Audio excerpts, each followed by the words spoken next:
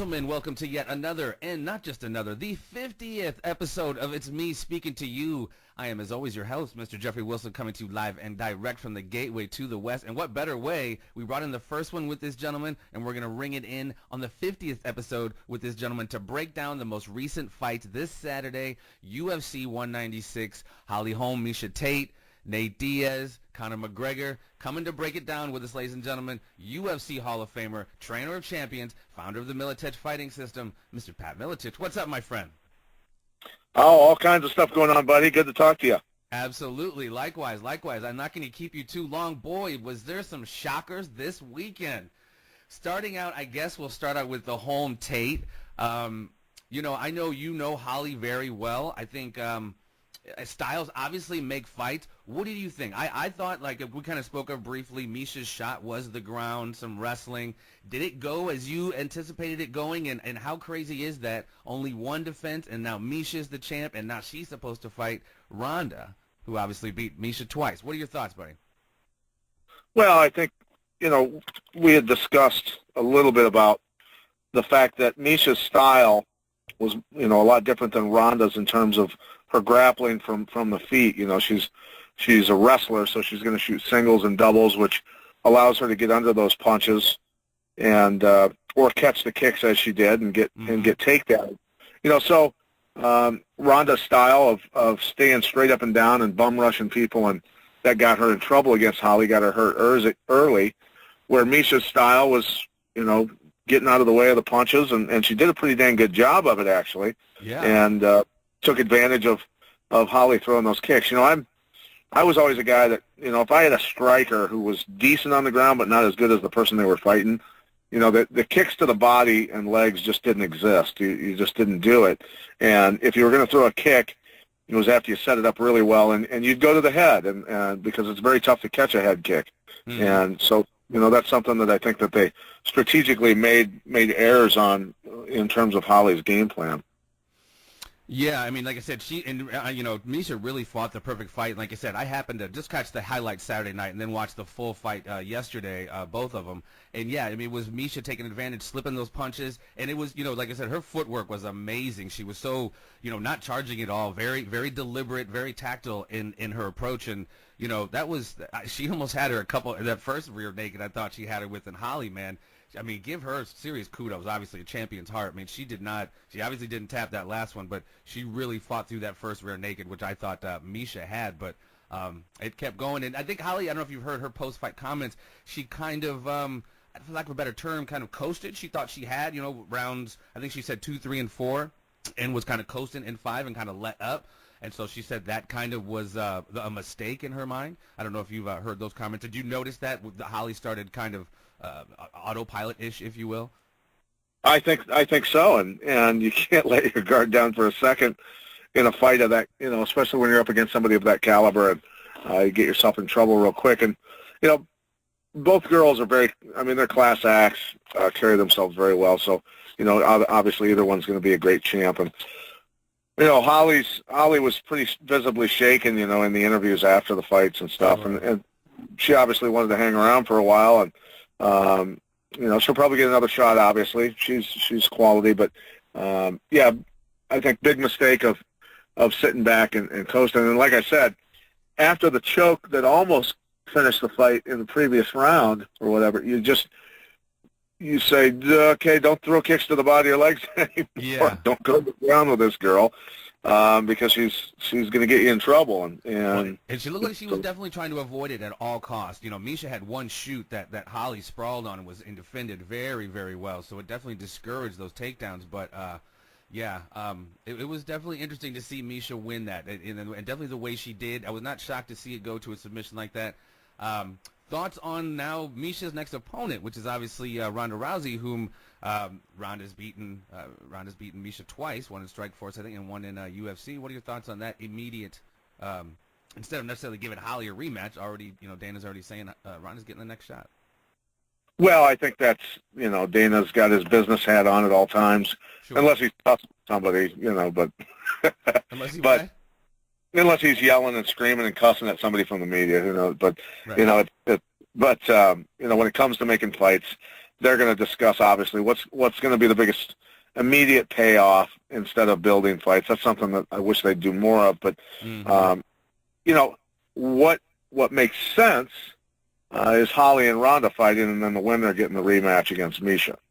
That's what makes sense to me. But then Dana knows he runs the risk of destroying one of his cash cows, Ronda Rousey, and her not getting the chance to fight for the title, and a lot of money going down the drain. So that's you know, the UFC rankings apparently don't exist for a reason. Yeah. I think we've had that conversation in our first interview on how they just kind of went away, and like Chael Sonnen could talk himself into a light heavyweight fight after losing to Anderson Silva type thing. Right. It's there's no reason for the media to even you know, be voting for a top 10 or anything like that, because they don't use it anyway. Right. So it's a complete waste of time. I think the media people just do it to kiss the UFC's ass so they can cover shows. You know what I mean? Right. Get himself a media pass in the event. Yeah, I can see that happening. Right. Well, I mean, I could see a Dana kind of almost like, yeah, Ronda beat her again, beat Misha again, thinking like an over. I think everybody's. Or Dana might be thinking, and of course it's a no-brainer. She's going to beat her again, and then the rematch with Holly, which would be, you know, the big money fight. Right. So it's two big money fights instead of, you know, one, right?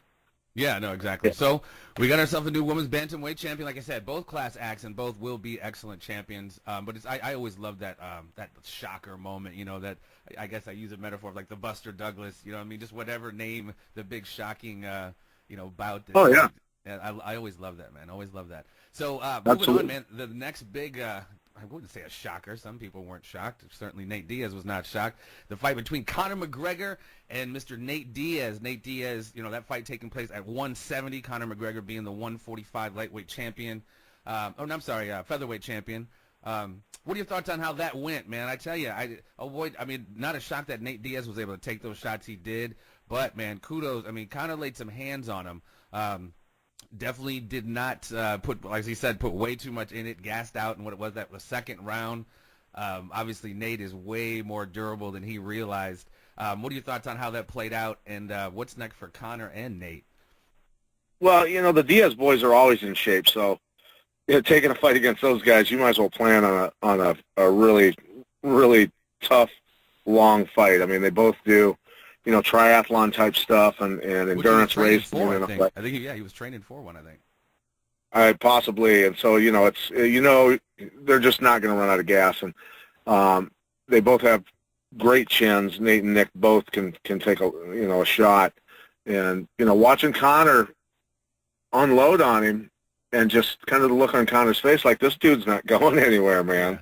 Yeah. And you could kind of see him starting to fade, and then when Nate came on strong and started to sting him and hurt him with punches and combos, you know, there's nowhere in a game plan for Conor McGregor to shoot on a Brazilian Jiu-Jitsu black belt of that caliber. You know what I mean? It's just, it didn't exist. So that's, and when Conor McGregor said he panicked, there's no doubt about shooting a double leg on Nate for him, you know, had to be complete all-out panic mode, and I'm sure Nate recognized that, like, oh, this dude is done. And he was within seconds of that shot. You know, I think Nate tried for the guillotine and then had him flipped over, you know, pounded him out, really, and then obviously took his back. I was really shocked at Conor because I was surprised. I thought he'd be able to take him apart. I think I was surprised how much Nick was able to withstand the shots, or Nate was able to withstand the shots. But I was surprised Conor stayed right in front of him like that, because his boxing is just, Diaz's boxing is ridiculous. So I thought he'd do a little bit more bouncing around, tactile, take him apart, pinpointing. But you know, he sat in there and tried to trade, unloaded everything he had, like you said, blew his wad, and like he did have that oh shit look on his face, and he definitely you know, caught the L. But you know, kudos to him, man. He's the featherweight champ going up 2 weight divisions. Is there anything to be said for that, Pat? Is that just complete stupidity on his part, or is he, you know, I wouldn't say changing the game, but is he trying to shake the game up a little bit? Is there something positive to be said for that move? No, I think that, you know, anybody that can talk their way into fights and then back it up the way he has, sure, he fell short on this one, but he made $10 million for that fight. That's right. That's big money. That's big money in the sport of MMA. So, you know, for him to do that and make that money, hey, you know what? Awesome stuff. And I think he's helped the sport grow. He's become a worldwide phenomenon. And it's awesome. And look what he just did for Nate Diaz. Nate Diaz made Exactly. probably $1 million or more off of that fight. Nate Diaz is a happy kid today, and Hell yeah. so there's nothing negative about anything that went on. I mean, it's So there's you see a nothing lot in of that people. vein of what you were just saying about like the rankings kind of being superseded and not really being relevant. I mean, that's kind of what Connor just did, but like Right, right, right. it's kind of like a But double-edged sword. but you see all the stuff on the internet right now. Everybody's ripping McGregor apart, making fun of his jiu-jitsu and all this other stuff, and say, hey, that guy just put $10 million in his bank account while Right. you're making fun of him. Exactly. It's people just don't get it. They just don't get it that what that kid's doing and what a lot of these guys are doing that are out there, really putting it all on the line. Well, and he's Those that articulated criticize. that very succinctly. He said, "Look, man, this window we have is very small." And and like I don't know how true that was, but Nate's last fight prior to this one, he got like 20, 40,000. And I can Yeah, understand why you wouldn't want to kind of with the work you have to put in, get that kind of payoff. And hell, man, if it is, talking your way into it, but obviously you do got to back it up, which he's been doing. Like I said, I have a little heat too with like, that's the rankings being ignored. But at the end of the day, like you said, Dana's constantly got his business hat on. So, the rankings will tend to suffer in lieu of the big money fights, if you will.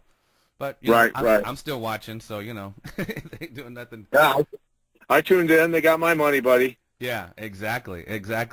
Well, cool, man. So what do you think? Like I said, Diaz is supposedly signed up for maybe Dos Anjos. That's going to be a rematch. How do you think that's going to play out? Same as last time? Oh gosh, you know what? That's the thing. MMA is a crapshoot. People ask me what I I think, guess who's that's going to true. win, You say that often. and Yeah, it, yeah. and it is. MMA is a complete crapshoot. You don't know who's going to win a fight. It's that there's so many ways to win and lose. You just sure the odds might fall with Dos Anjos, but the way Nate performed in that fight, buddy, I tell you what, man, that's And the the Michael odds. Johnson one. He looked savage in the one right before this one with Michael Johnson, the St. Louis kid. And Michael Johnson's tougher than hell, So Right. it's. I've also heard talk of Nate Diaz possibly fighting Rob Lawler, which I'm loving because I think Robbie's just too big for him. And he fought his brother, right? Robbie did? Yeah, Nick beat Robbie when they were real young, and so Okay. that's either one of those guys would be a good payday for Rob, I think. Yeah, yeah. So I mean, and that's kind of weird because after the Wonder Boy fight, it was like, who's fighting Robbie next, Wonder Boy or Tyrone? And like that conversation just kind of went away once Connor started his conversation because it's like, well, I'm fighting Robbie at UFC 200. It's like, I'm sure Wonder Boy and Tyrone were like, hello, weren't we just in the mix a minute ago? Like, what happened?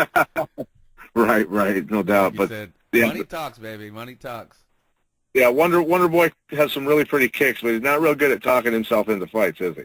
No. Like immediately after he won, he went over to the Philippines, man. Went on like a little Wonder Boy tour over the Philippines, man. They love him over there. I've been following him. Yeah.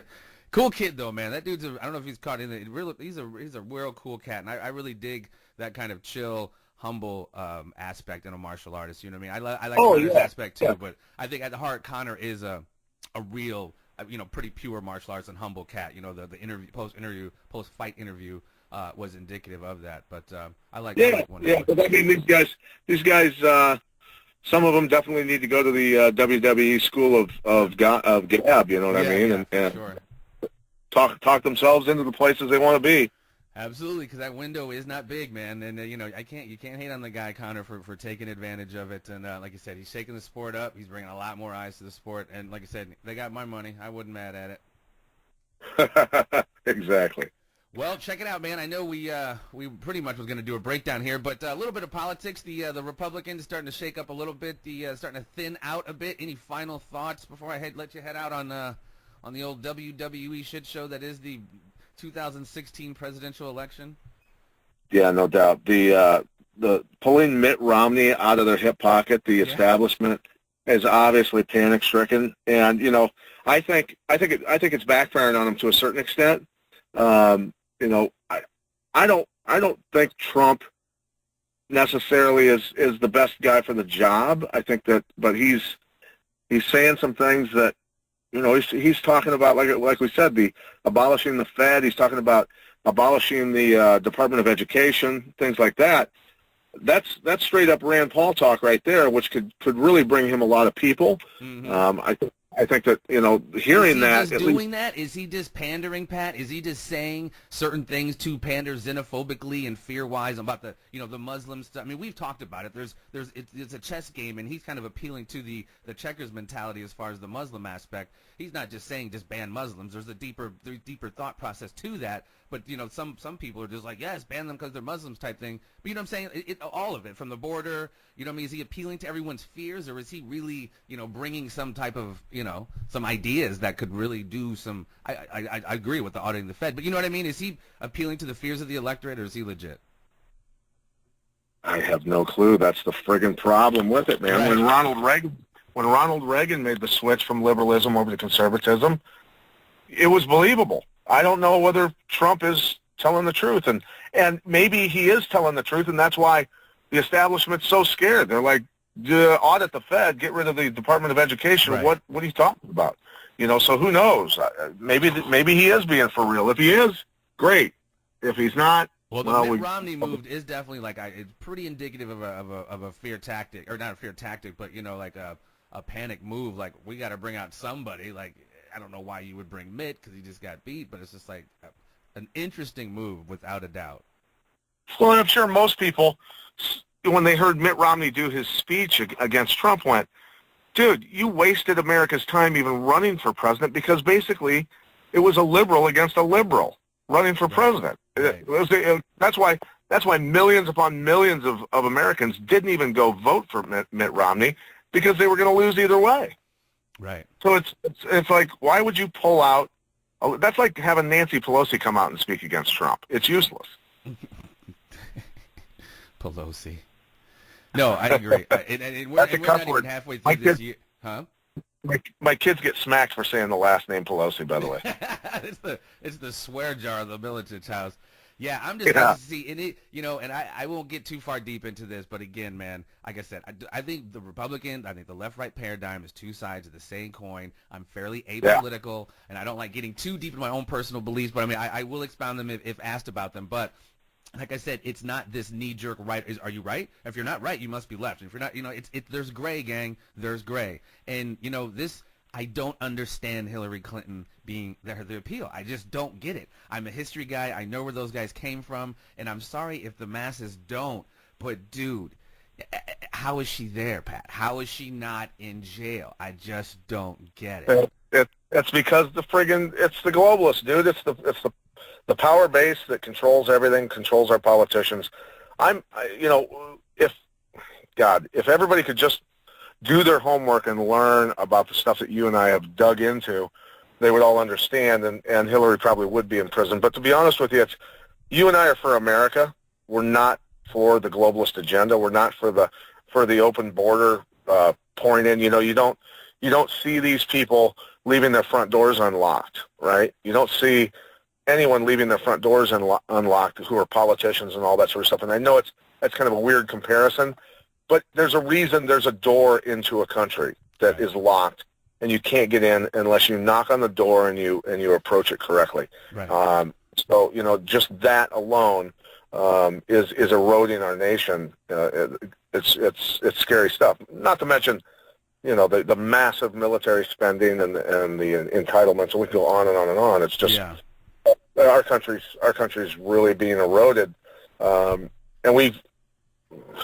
that's just the domestic policy. I mean, I think the foreign policy is also getting us into trouble, and will continue to. I don't think we've not even scratched the surface of what's going on in Russia, in some of the Stans area, in Kazakhstan, in Tajikistan, and just that all of it, the pipeline, the Spratly Islands with the Chinese. Like, we haven't even started yet.